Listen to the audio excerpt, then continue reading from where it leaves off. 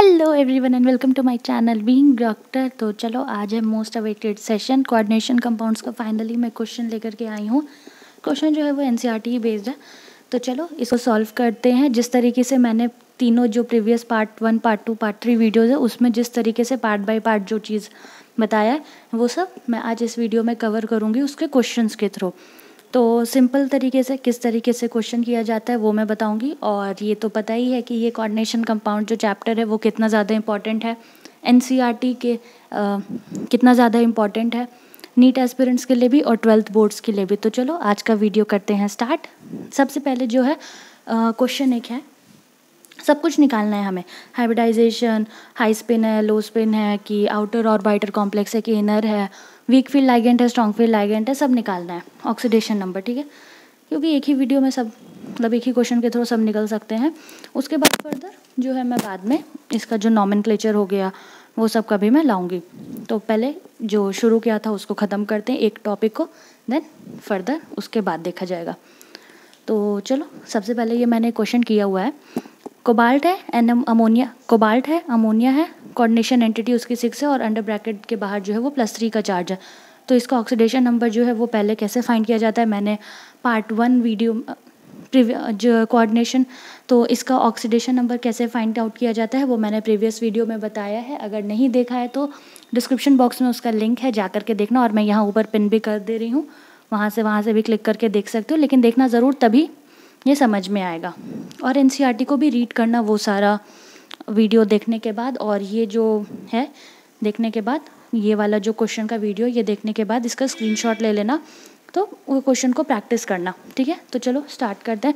हमें पता है अमोनिया जो होती है यानी कि नाइट्रोजन जो होते हैं वो हमारे स्ट्रॉन्ग फील्ड लाइगेंड में आती है। स्ट्रॉन्ग फील्ड लाइगेंड यानी कि मैंने क्या बताया था, इनर ऑर्बिटल कॉम्प्लेक्स होगा। स्ट्रॉन्ग फील्ड लाइगेंड यानी कि पेयरिंग होगी यानी कि इनर ऑर्बिटल कॉम्प्लेक्स होगा। इनर ऑर्बिटल कॉम्प्लेक्स यानी कि लो स्पिन। तो सबसे पहले जो है वो हमें ऑक्सीडेशन नंबर निकालना है। ऑक्सीडेशन नंबर जो है वो हमारी आ गई, हमारी +3 आ गई, ठीक है। अब मैंने ये बताया था कि कोबाल्ट का जो है वो एटॉमिक नंबर क्या था, 27 +2, कोबाल्ट +2, तो हमारा जो है वो 7 इलेक्ट्रॉन्स ही होंगे उसमें। लेकिन अगर +3 यहाँ पर है उसका ऑक्सीडेशन नंबर, तो एक माइनस हो जाएगा, हमारा कितना आएगा 26। पूरा डिटेल में देखने के लिए पार्ट 1 वीडियो देखना, ये वाला पार्ट जो है पार्ट 1 वीडियो में कवर्ड है। तो +3 है, तो ये हमारे इस तरीके से डी ऑर्बिटल में हमारे जो होते हैं वो 5 सब ऑर्बिटल्स हो गए। ये तो पता ही है, हाई स्पिन पहले एक फिल होता है, हाफ फिल्ड होता है, देन उसके बाद फिर ये पेयरिंग होती है। तो ये हमारी ग्राउंड स्टेट में है, ये हमारे ग्राउंड स्टेट में। अब ये नाइट्रोजन जो है वो स्ट्रॉन्ग फील्ड लाइगेंड के कैटेगरी में आता है, यानी कि उसके पास इतनी एनर्जी है कि वो पेयरिंग अफोर्ड कर सकता है, पेयरिंग की एनर्जी को ओवरकम कर सकता है। तो वो पेयर करेगा तो हमारी 2 ऑर्बिटल जो है वो एम्प्टी हो जाएगी तो हमारी हाइब्रिडाइजेशन क्या आई, D2sp3। स्ट्रॉन्ग फील्ड लाइगेंड है यानी कि इनर ऑर्बिटल कॉम्प्लेक्स होगा, पेयरिंग होगी, इनर ऑर्बिटल कॉम्प्लेक्स होगा और लो स्पिन कॉम्प्लेक्स होगी, ठीक है। अब मैग्नेटिक मोमेंट जो है वो हमारी बेस्ड होती है कि कितने नंबर ऑफ इलेक्ट्रॉन्स अनपेयर्ड है। कोई भी इलेक्ट्रॉन्स अनपेयर्ड नहीं है तो इसका मतलब मैग्नेटिक मोमेंट 0 है। मैग्नेटिक मोमेंट का फॉर्मूला पता है, मैग्नेटिक मोमेंट जो है वो n यानी कि number of unpaired electrons under bracket n+2 और होल रूट, ठीक है। तो मैग्नेटिक मोमेंट 0 यानी कि ये हमारी डायमैग्नेटिक है। अब नेक्स्ट कोबाल्ट F6 और -3। तो फ्लोरीन जो है वो हैलोजेंस और वाटर जो है वो हमें पता होता है कि वो हमारी वीक फील्ड लाइगेंड है। वीक फील्ड लाइगेंड है तो पेयरिंग नहीं होगी तो हमारी आउटर ऑर्बिटल कॉम्प्लेक्स होगी यानी कि हमारी हाई स्पिन होगी। इस चीज़ को ना याद कर लो, वीक फील्ड, पेयरिंग नहीं होगी, आउटर ऑर्बिटल होगा और हमारी जो है वो हाई स्पिन होगी। स्ट्रॉन्ग फील्ड, पेयरिंग होगी, इनर ऑर्बिटल कॉम्प्लेक्स होगी, लो स्पिन होगी। पेयरिंग होगी तो जो है वो अंदर की ऑर्बिटल जो डी ऑर्बिटल है वो खाली होगी तो इसलिए हम इनर ऑर्बिटल कॉम्प्लेक्स बोल रहे हैं। और अगर वीक फील्ड लाइगेंड है तो वो हमारी पेयरिंग नहीं होगी, तो यानी कि डी ऑर्बिटल जो है वो एम्प्टी नहीं होगी, वो हमारी एस ऑर्बिटल में जा करके इलेक्ट्रॉन जो न्यूली ऐड होंगी वो वहाँ जाएगी। तो यानी कि डी ऑर्बिटल से बाहर यानी कि आउटर, इस तरीके से ध्यान रख सकते हो। तो इसमें भी हमारी कोबाल्ट की ऑक्सीडेशन नंबर जो है वो +3 आई, 26 इलेक्ट्रॉन्स हुई इसमें, 1 2 3 4 5 6। Then high spin complex, outer orbital, लेकिन इसकी हाइब्रिडाइजेशन जो है वो वीक फील्ड लाइगेंड है, पेयरिंग नहीं होगी तो इसकी हाइब्रिडाइजेशन जो है वो हमारी sp3d2 होगी। ये हमारी जो है ये भी ऑक्टाहेड्रल का केस है, तो इसीलिए हाइब्रिडाइजेशन जो है वो हमारी sp3d2 या फिर d2sp3 आ रहा है। और मैग्नेटिक मोमेंट इसमें मैंने 4.73 कैसे लिखा, इलेक्ट्रॉन्स अनपेयर्ड कितने हैं, 1 2 3 4 इलेक्ट्रॉन्स अनपेयर्ड है। और मैंने ये जो है वो पार्ट 3 में बताया है कि कुछ इस फॉर्मूले से निकालने की ज़रूरत नहीं है, खाली नंबर ऑफ़ अनपेयर्ड इलेक्ट्रॉन्स निकाल लो इस तरीके से, लेकिन ध्यान से निकालना क्योंकि इलेक्ट्रॉन का खेल हो जाता है। अगर तुम्हें 3D सीरीज़ पूरी तरीके से अच्छे से याद नहीं है तो 5.73 भी कर दोगे, 3.73 भी कर दोगे तो कोई ठीक नहीं है।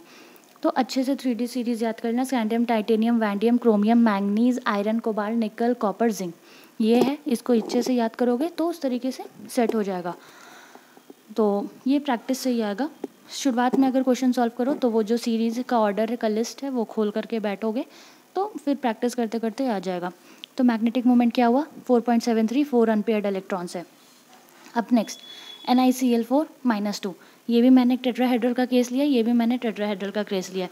Cl से क्या पता चला, ये हैलोजन है, हैलोजन यानी कि वीक फील्ड लाइगेंड है, वीक फील्ड लाइगेंड है यानी कि पेयरिंग नहीं होगी, पेयरिंग नहीं होगी यानी कि हमारी कौन सी कॉम्प्लेक्स है, आउटर ऑर्बिटल कॉम्प्लेक्स है, आउटर ऑर्बिटल कॉम्प्लेक्स है यानी कि ये हमारी हाई स्पिन होगी। ठीक है, अब हाइब्रिडाइजेशन हमें निकालना है, इसका ऑक्सीडेशन नंबर Ni का जो है वो हमारी क्या आएगा, Ni का देखते हैं, -2 +4 +2, तो Ni+2 में यानी कि 28 बताया था, 28 यानी कि 8 इलेक्ट्रॉन्स हो, 28 यानी कि हमारे जो है वो 28 इलेक्ट्रॉन्स हुए हैं। तो मैं अभी से बता सकती हूँ कि इसमें जो है वो 2 अनपेयर्ड होंगे। कैसे, प्रैक्टिस का नतीजा है। ठीक है, 2 अनपेयर्ड इलेक्ट्रॉन्स हो गए, तो इसका मैग्नेटिक मोमेंट क्या आएगा हमारा 2.73। बस इतना सोचना है। +2 तो 28 होगा, वीक फील्ड लाइगेंड है, पेयरिंग नहीं होगी, तो कितना मैग्नेटिक मोमेंट है 2.73 आ जाएगा। और इसका हाइब्रिडाइजेशन हमारी क्या होगी, ये हमारी टेट्राहेड्रल कॉम्प्लेक्स आएगी, पेयरिंग नहीं होगी ना, यहाँ पे पेयरिंग नहीं होगी तो d ऑर्बिटल तो एम्प्टी नहीं होगा ना, d ऑर्बिटल एम्प्टी नहीं होगा तो s ऑर्बिटल में जा करके हमारी न्यू इलेक्ट्रॉन्स जो है वो फिट होगी, तो इसकी हाइब्रिडाइजेशन हमारी आएगी sp3। ठीक है, अब NiCN4-2, इसका भी ऑक्सीडेशन नंबर जो है वो हमारी +2 आएगी। ठीक है, किस तरीके से, लेकिन इसमें क्या है, Cn कार्बन नाइट्रोजन जो है वो स्ट्रॉन्ग फील्ड लाइगेंड है, स्ट्रॉन्ग फील्ड लाइगेंड है मतलब पेयरिंग होगी, पेयरिंग होगी मतलब कि लो स्पिन कॉम्प्लेक्स होगा, लो स्पिन कॉम्प्लेक्स यानी कि इनर ऑर्बिटल, तो पेयरिंग होगी तो हमारी क्या है, एक d ऑर्बिटल जो है वो हमारी खाली हो जाएगी। देख लो कैसे, ये हो गया, ये तो नॉर्मल केस हो गया। अब ये वाला जो है इस तरीके से हो जाएगा। ठीक है, तो ये एक d ऑर्बिटल तो एम्प्टी हो गई ना, और ये s ऑर्बिटल है, ये s हो गई, ये d हो गई। ठीक है, पेयरिंग हो गई, तो अब इसमें जो है वो क्या आएगा, पेयरिंग हो गई तो हाइब्रिडाइजेशन इसकी होगी D2sp, सॉरी DsP2।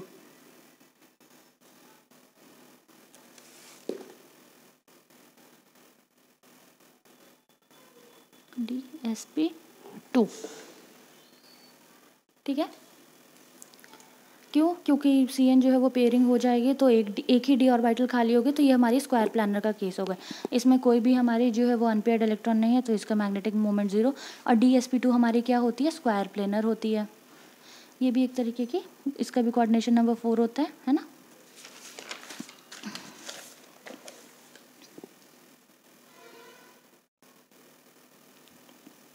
चलो अब नेक्स्ट NiCO4 जो है वो हमारा एक तरीके का एक्सेप्शनल केस है, तो इसका जो है ये टेट्राहेड्रल का केस आती है, लेकिन अगर निकालने जाए ना तो लगेगा कि ये स्क्वायर प्लानर आएगा, लेकिन ये होती है टेट्राहेड्रल। तो अकॉर्डिंग टू VBT ये हमारी DsP2 होना चाहिए, लेकिन होता क्या है कि इसका ऑक्सीडेशन नंबर 0 है Ni का, है ना, तो कोई भी इलेक्ट्रॉन रिमूव नहीं होगी। और ये CO कार्बोनिल जो है ये हमारी क्या होती है, वो कार्बोनिल है, कार्बन ऑक्सीजन दोनों है, तो ये हमारी किस कैटेगरी में है, स्ट्रॉन्ग फील्ड लाइगेंड में, यानी कि ये पेयरिंग अगर करेगी तो Ni का जो है वो नॉर्मल ग्राउंड स्टेट में इस तरीके से होता है। ठीक है, 3 ये हो गए और ये 2 हो गए, तो पेयरिंग में क्या होता है, तो होता क्या है कि कार्बोनिल जो है ये हमारी स्ट्रॉन्ग फील्ड लाइगेंड है, तो पेयरिंग की एनर्जी को ये ओवरकम कर जाती है, यानी कि पेयरिंग अफोर्ड कर सकती है। तो इसीलिए जो ये हमारे d ऑर्बिटल में हमारे जो सिंगल इलेक्ट्रॉन थे ये हमारी कंबाइन हो जाती है, और 4s की जो है वो भी इधर आ जाती है अपना d ऑर्बिटल को पूरा फुलफिल्ड करने के लिए। तो इसीलिए ये जो है वो हमारी NiCO4 जो है ये हमारी टेट्राहेड्रल हो जाती है, यानी कि sp3 डायमैग्नेटिक हो जाती है। निकालेंगे तो आएगा DsP2, लेकिन ये एक एक्सेप्शनल केस है, तो ये हमें याद रखना है कि ये हमारी sp3 होगी। अब क्रोमियम वाटर 6 + 3, ठीक है, तो इसका ऑक्सीडेशन स्टेट जो है वो हमारी +3 आएगा, क्योंकि वाटर का हमारा जो है वो चार्ज 0 होता है, तो ऑक्सीडेशन स्टेट जो होती है वो चार्ज के बराबर आएगी, +3। एक्वा जो होती है, एक्वा और हमारी हैलोजन जो होती है वो हमारी वीक फील्ड लाइगेंड्स होते हैं। वीक फील्ड लाइगेंड यानी कि हमारी पेयरिंग नहीं होगी, यानी कि हाई स्पिन कॉम्प्लेक्स, यानी कि आउटर ऑर्बिटल कॉम्प्लेक्स। तो क्रोमियम का हमारी अगर +2 होगी तो 24 होगा, +3 होगा तो 23 इलेक्ट्रॉन्स हो गए टोटल।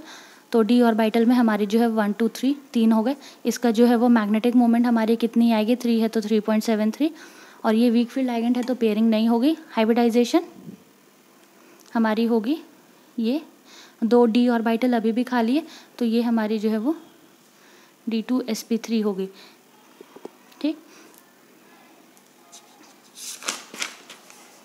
और D2sp3, और ये हमारी जो है वो डायमैग्नेटिक हो गई।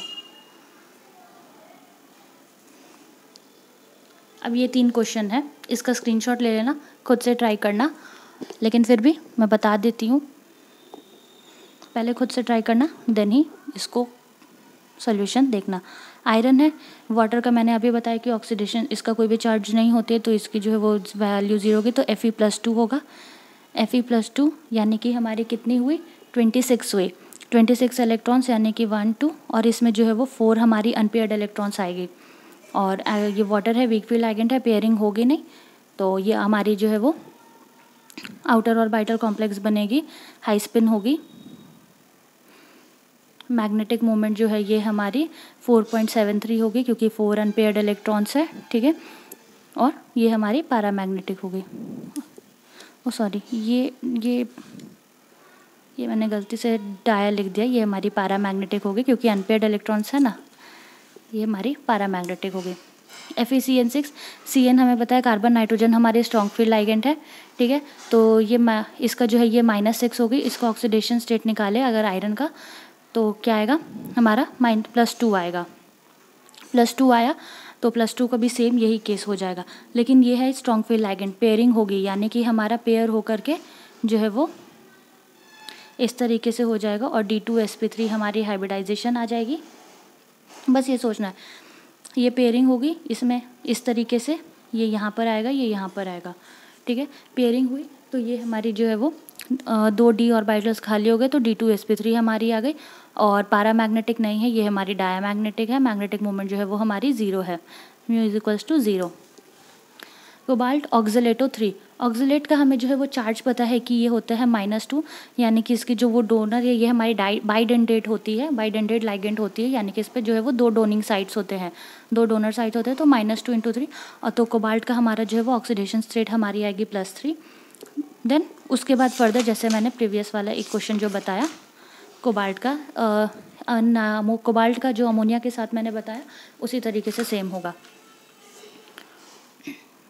क्या होगा, कोबाल्ट का हमारा जो है वो +3 में हमारी 26 होगी, यानी कि 4 अनपेयर्ड इलेक्ट्रॉन होंगे। 4 अनपेयर्ड इलेक्ट्रॉन होंगे तो ऑक्सीलेटो कार्बन ऑक्सीजन है, यानी कि स्ट्रॉन्ग फील्ड लाइगेंड होती है, तो ये पेयरिंग करवाएंगे, पेयरिंग करवा दी, 4 अनपेयर्ड इलेक्ट्रॉन थे, पेयरिंग हो गई, तो 2 ऑर्बिटल्स खाली हो गए, D2sp3 डायमैग्नेटिक होगी, और μ 0 होगी। वीक फील्ड लाइगेंड है तो हमारी जो है वो तो पता ही है, वीक फील्ड लाइगेंड है तो हमारी हाई स्पिन कॉम्प्लेक्स होगी और आउटर ऑर्बिटल होगी।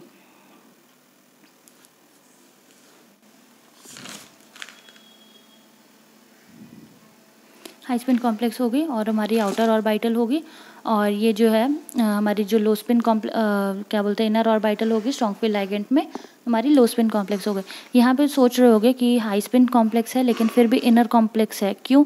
क्योंकि ये हमारी क्रोमियम है, हमारी अंदर की हमारी जो है ये खाली है, तो ये हमारी अंदर D2 में आई ना, बाहर तो नहीं ना गई फिल होने के लिए। अंदर जब D ऑर्बिटल में स्पेस खाली है तो चाहे वो हाई स्पिन ही क्यों ना हो, वो हमारी इनर ऑर्बिटल कॉम्प्लेक्स में ही काउंट होगी। जैसे कि यहाँ पे मैंने बताया था हाई स्पिन कॉम्प्लेक्स है तो आउटर ऑर्बिटल होगा, या फिर पहले भी मैंने बताया था कि बाहर में आएगा, लेकिन इसमें ऐसा नहीं है क्योंकि ये हमारी जो है वो 5 से कम है, 5 से कम है तो ये हमारी D ऑर्बिटल जो है वो खुद ही से खाली रहेगी। तो कैसा लगा मेरा वीडियो? अगर पसंद आया हो तो अपने दोस्तों तक शेयर करना और इसके क्वेश्चंस को ज़रूर से प्रैक्टिस करना। Don't forget to like, share and subscribe to my channel being doctor. और भी बहुत सारे वीडियोस आएंगे और व्लॉग्स भी डल रहे हैं, तो देखना, उनको ज़रूर से अपने दोस्तों तक शेयर करना और बताना आगे नेक्स्ट किस तरीके के कौन से कॉन्सेप्ट चाहिए जो कि मैं क्लियर कर सकूँ। डेली से प्रैक्टिस करना। Don't forget to like, share and subscribe to my channel being doctor. Thank you. Have a nice day. Bye bye.